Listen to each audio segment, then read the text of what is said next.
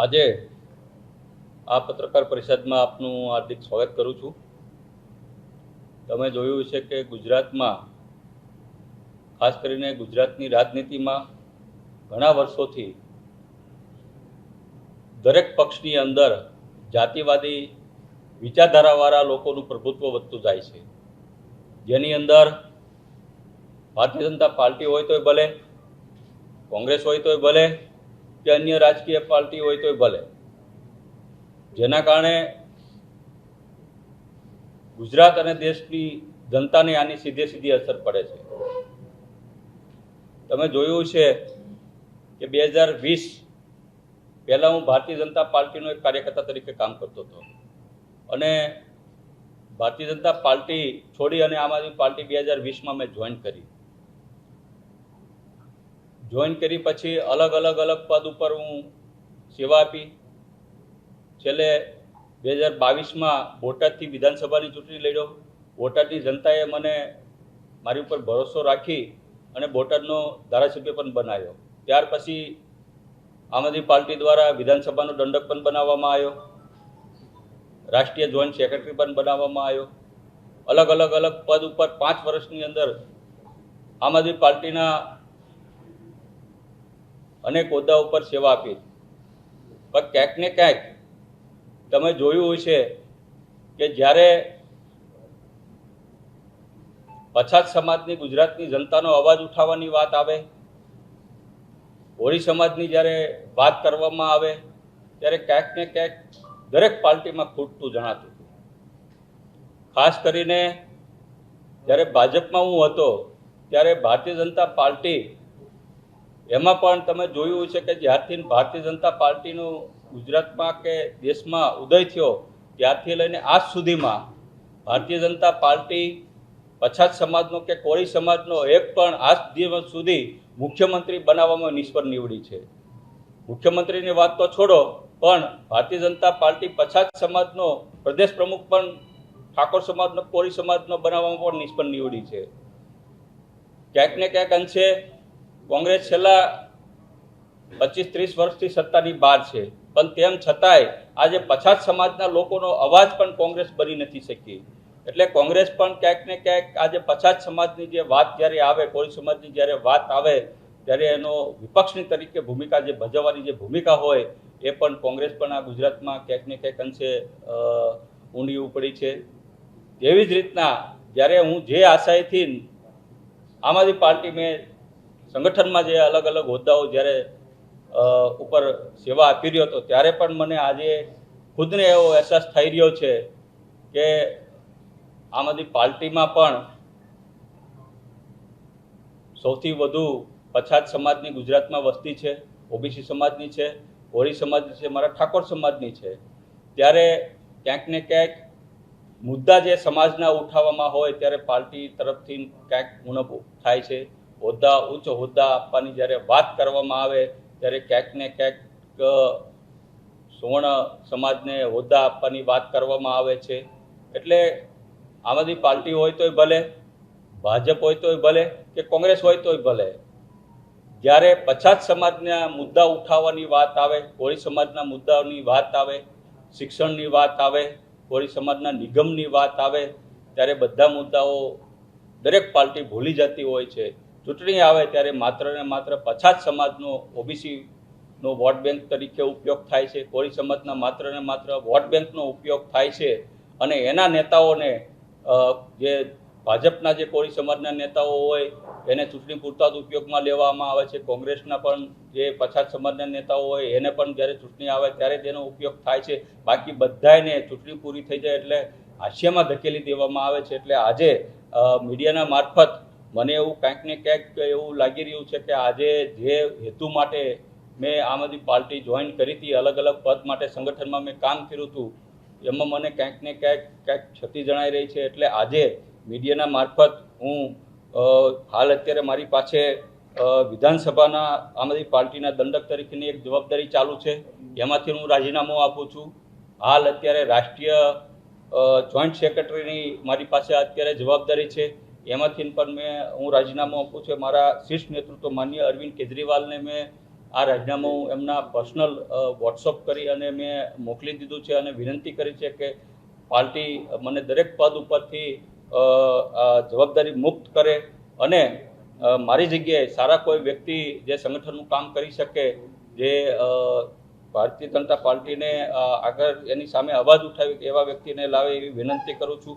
પણ ક્યાંક ને ક્યાંક મેં તમને કીધું એમ કે ભાઈ ભારતીય જનતા પાર્ટી હોય તોય ભલે, કોંગ્રેસ હોય તોય ભલે અને આમ આદમી પાર્ટી હોય તોય ભલે, જ્યારે પછાત સમાજનો અવાજ ઉઠાવવાની વાત આવે છે, પછાત સમાજને ક્યાંક આપવાની વાત આવવામાં આવે છે, મુખ્યમંત્રી બનાવવાની વાત હોય કે પ્રદેશ પ્રમુખ બનાવવાની વાત હોય, ત્યારે માત્ર ને માત્ર પછાત સમાજના નેતાઓનો ખાલી મત પૂરતો ઉપયોગ કરવામાં આવે છે. પછી ચૂંટણી પડી જાય પછી એને હાસ્યમાં ધકેલી દેવામાં આવે છે.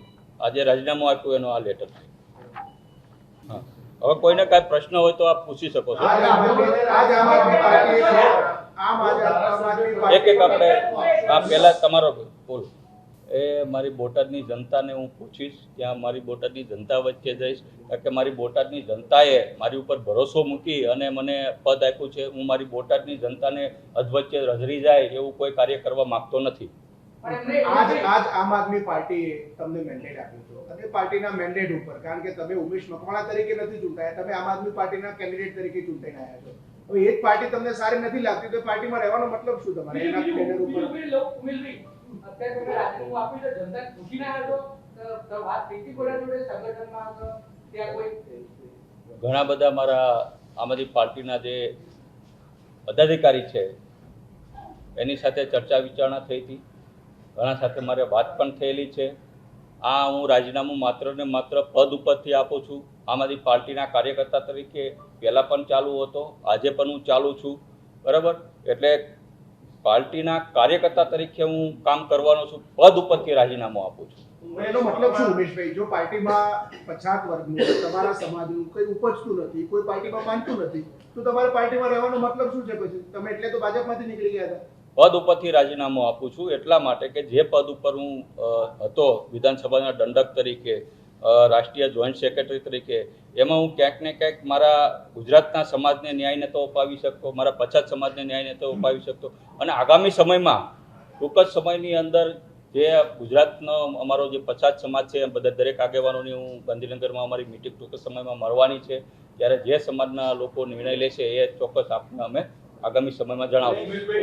નહીં, આજ સુધીમાં મને પાર્ટી તરફથી એવો કોઈ મેસેજ આપવામાં આવ્યો નથી મારી સાથે કોઈ વાત કરવામાં આવી. હા, મીડિયાના અમુક મિત્રોએ આ વાત કરી છે. અને રહી વાત, મેં કીધું દંડક માત્ર નથી, હું એક આમ આદમી પાર્ટીનો રાષ્ટ્રીય જોઈન્ટ સેક્રેટરી પણ છું, એ પદેથી પણ હું રાજીનામું આપું. એટલે કોઈએ મને પાર્ટી માટે રાજીનામું આપવા માટે કોઈ મજબૂર કરતું હોય અને માત્ર ને માત્ર ગોપાલ ઇટાલિયાના કારણે હું રાજીનામું આપું છું એવું કાંઈ નથી. ને મેં તમને કીધું એમ કે ઘણો મારો પ્રયત્ન હતો. તમે જોયું છે કે વિધાનસભામાં સૌથી વધુ હાજરી મારી છે, તમે જોયું છે. સૌથી વધુ સરકારને મૂંઝવતા પ્રશ્ન પૂછનાર ઉમેશ મકવાણા છે, સૌથી વધુ વિધાનસભામાં પ્રશ્ન ઉઠાવનાર અને રજૂઆત કરનાર પણ ઉમેશ મકવાણા છે. ત્યાં સૌથી જે વિપક્ષની ભૂમિકા તરીકે જે મારે વિધાનસભાની અંદર જે કામ કરવું જોઈએ એ મેં ચોક્કસપણે ગુજરાતની જનતા માટે, દરેક સમાજ માટે ચોક્કસપણે એ કર્યું જ છે. વિદ્યાર્થીના મુદ્દા હોય તોય ભલે, ઓબીસીના મુદ્દા હોય તોય ભલે, કે કોળી સમાજના મુદ્દા હોય તોય ભલે, કે અન્ય સમાજના મુદ્દા હોય તોય ભલે, કે મારી બોટાદની જનતાના મુદ્દા હોય તો ખાલી માત્ર ને માત્ર વિધાનસભાની અંદર રજૂઆત નથી કરી, પણ વિધાનસભામાં મુદ્દા ઉઠાવીને પછી પણ કામ પણ કર્યા છે. એટલે એવું કાંઈ જરૂરી નથી કે મેં તમને કીધું એમ કે ભાઈ આજે મને એવું લાગી રહ્યું છે કે ભાઈ ક્યાંક ને ક્યાંક એટલું આમ આદમી પાર્ટી નહીં, મેં મારું ફર્સ્ટ તમને કહેવાનું છે, માત્ર ને માત્ર આ જે મારું કહેવાનું છે એ આમ આદમી પાર્ટીની વાત નથી, ગુજરાતની દરેક રાષ્ટ્રીય પાર્ટીની વાત કરું છું. એમાં ભારતીય જનતા પાર્ટી પણ આવી જાય છે. આજે તમે જોયું છે કે ભારતીય જનતા પાર્ટીએ આટલા વર્ષ પછી એક મિનિટ તમને જવાબ આપો, આટલા વર્ષ પછી પણ ભારતીય જનતા પાર્ટીએ એક મુખ્યમંત્રીનું નામ આપો જે પછાત સમાજમાંથી, કોળી સમાજમાંથી આવતો હોય, બનાવ્યો હોય, પ્રદેશ પ્રમુખનું નામ આપો તમે મીડિયાવાળા, આજ સુધીમાં કેમ નથી બનાવી શકી? એવી રીતના કોંગ્રેસ તો સત્તામાં નથી પણ વિપક્ષનો નેતા પણ નથી બનાવી શકી. એટલે ક્યાંક ને ક્યાંક ગુજરાતની અંદર સૌથી વધુ મારી વાત સાંભળો, ગુજરાતની અંદર સૌથી, એક બાજુ આપણે લોકશાહીની વાત કરવી છે ગુજરાતમાં, તો ગુજરાતની અંદર સૌથી વધુ જો વસ્તી ધરાવતો હોય તો કયો સમાજ છે? ઓબીસી સમાજ છે, પછાત સમાજ છે.